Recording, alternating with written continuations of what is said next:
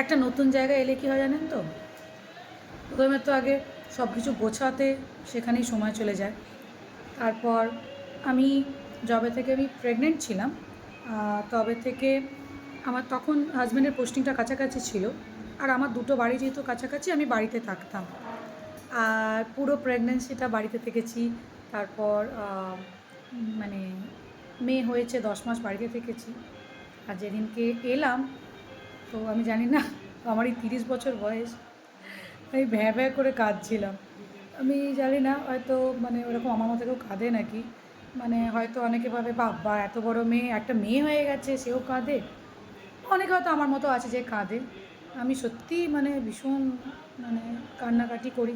তাও মানে ভাগ্য ভালো যে আমার সাথে মাম্মাম পাপা মানে আছে। যদি একা হতো তাহলে তো মনে হচ্ছে আমি মানে মানে কী বলবো আর কি, আর কী অবস্থায় থাকতাম জানি না। নতুন জায়গা গোছাতে অনেক সময় লেগেছে। মেয়ে যখন আমি জানি, যখন আমি ছোট ছিলাম মামা বাড়ি গেছি, মামা বাড়ি থেকে আসার সময় কাঁদতাম। মেয়েও হয়তো সেটা একসময় করবে। এখন মেয়ে কিছু বুঝতে পারেনি, কিন্তু আমি কেঁদেছি। সেই আমার কান্নাটা রয়েই গেছে। আমি জানি না আর কতদিন থাকবে।